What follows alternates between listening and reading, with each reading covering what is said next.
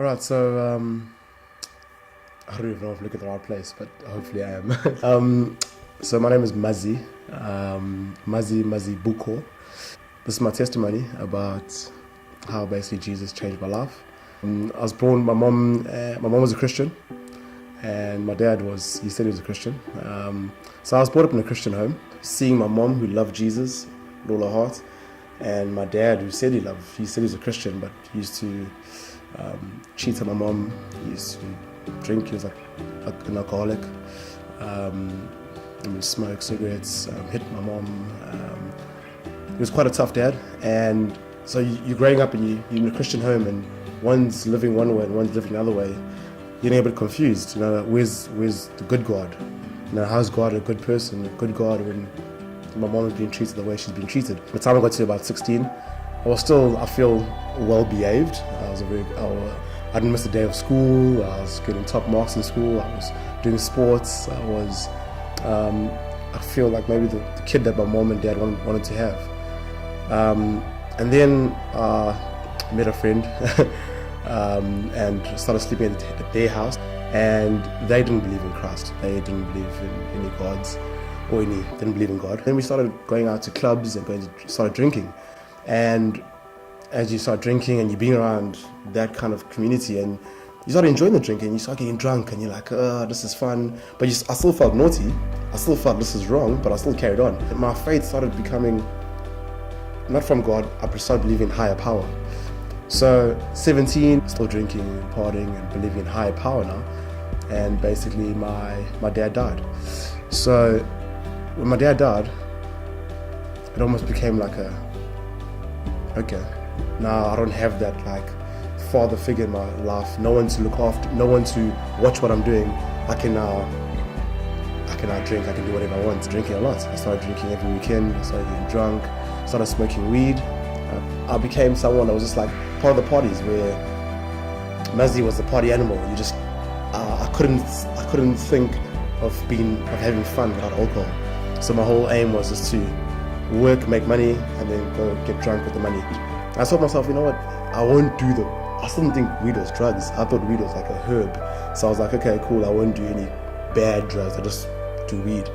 And then growing up, I started doing different jobs sales jobs where I was driving different cars, company cars, making a lot of money, and I started speeding a lot and drinking and driving. So now I was about 18, 19, 20, literally speed 180 kilometers per hour. And the one day I was 19 and driving back from work, and I lost control of the car because I was speeding. Went across the freeway and I knocked into a motorcyclist, and he actually ended up dying. When I found that he died, I was like, why didn't I die? Why did he have to die?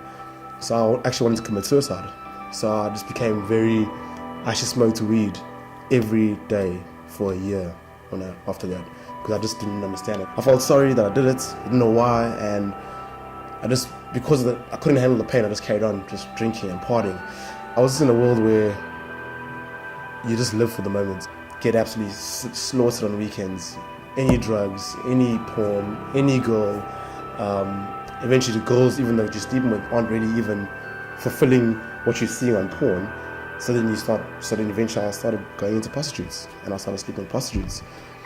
And at first you're like, no, you'll never do that, you'll never do that. And then next minute you're so drunk, you're so full of drugs, and someone offers you a prostitute, so you do it, and the next morning you regret it, like, oh, I can't believe I've done it. Eventually I got to about 26, and I was telling my friend, I remember one of my friends who had been doing this for a long time, or been with me for a long time, he gave his life to Christ. He gave his life to Jesus, and I was like, he came to me and started telling me about how amazing Jesus is, and I was like, I was brought up in a church, I know Jesus, so don't even tell me about that. So I brushed him off. And then I remember one night I was going to him and I was telling him about how amazing my night was. Like, I was sleeping with this girl, I was doing this drug, I was drinking, I was doing this, all this, the things that I thought would make me happy. And he looked at me and just said, Mazi, that's not you. And he just turned around and walked away. And when he said that, I just had this emptiness in my chest. I was just like, wow. I just realized how empty I was. I realized that everything I was doing was actually not even fulfilling me. I was thinking I was having the best time of my life, but when he said that to me, I just realized how empty I was. Because what happened is you realize how empty you are, and you're like, there must be, maybe God can fill that gap. Maybe God can fill that gap. I saw him again like about a month later, and he comes to me and he says, come to my church. So I said, okay, cool. And walk into church, and you walk into church and you look around and you see these people worshiping someone they can't see and jumping like crazy. And I'm like, I will never do that. I will never be able to do what they're doing. And I couldn't understand it, but for some reason I'm drawn to that. Like, I want that joy. They have this joy. I walked in there and I was like, I sat there with my arms crossed, and the pastor speaking, and the pastor was basically saying like, there's someone in here that wants to know God, that wants to give God a try, but doesn't want to let go of their old life. So God is basically saying, give him a try. If you don't like what he does, go back to your old life, but just give him a try. So I was like, wow. I even tapped my friend. I said, did you tell him I was coming? And he's like, no, shut up. And he gave a countdown. He did an altar call. If anyone wants to know Jesus now, I give you a chance to know Jesus. So he did 3, 2, and I didn't want to even put my hand up, but my heart was racing, but I didn't want to do it. Next minute my hand is up. I went to the front of the church. They prayed for me. And when they prayed, I just felt like my eyes were closed and I was in a room, and it just felt like I was in a dark room and the light just came on. You know when you sit in a room and the light just comes on, and that hole in my chest just felt fulfilled. And I was like, okay, that's weird. I've never ever felt that feeling before. I told the pastor about it, and I said to him, I'm not going to give up my whole life, all my drinking, because if I'm going to come to Christ, I'm going to come do this 100%. I'm going to come fully. I'm going to do it 100%. I'm not going to do it half measures. And he said to me, pray about it.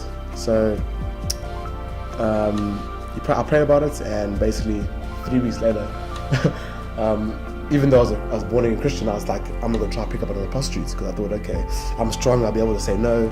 And then I tried to pick up prostitutes, and basically I just had this like miracle phone call as the prostitute was trying to get in the car, and I was like, oh my word. I had 2 cop cars trying to stop me, and there was just so much happening at that moment, but I just realized God did not want me to do it. And I was just like, okay, God, I realize that you're actually with me, and you actually don't want me to do this life. So I said, from that day, I will follow Christ. I will do whatever he wants me to do.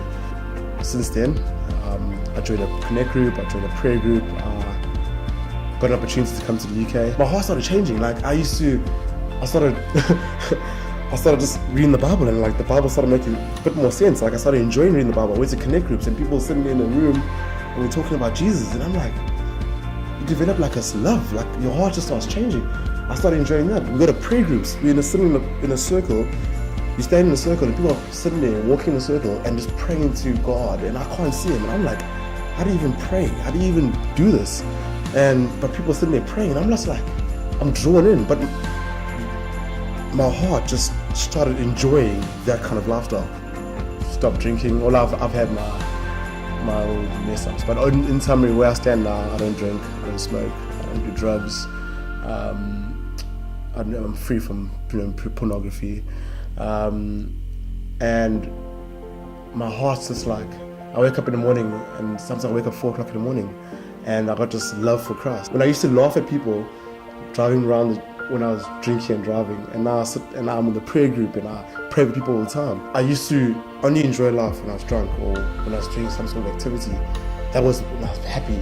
Now I wake up in the morning and I get on my knees and I worship God, and I'm like, I have a relationship with God, and I'm like, I'm so happy. I'm waking up in the morning, I'm the happiest person I can be, and I'm like, I can't even understand. You can't even explain it. But I know my life is so much better since I've met Jesus. I know my Creator. I know the person who even created me. And now it's just about going forward. You know, it's about literally going out and help people get to know Jesus, because He's changed my life, and I hope that He can change yours.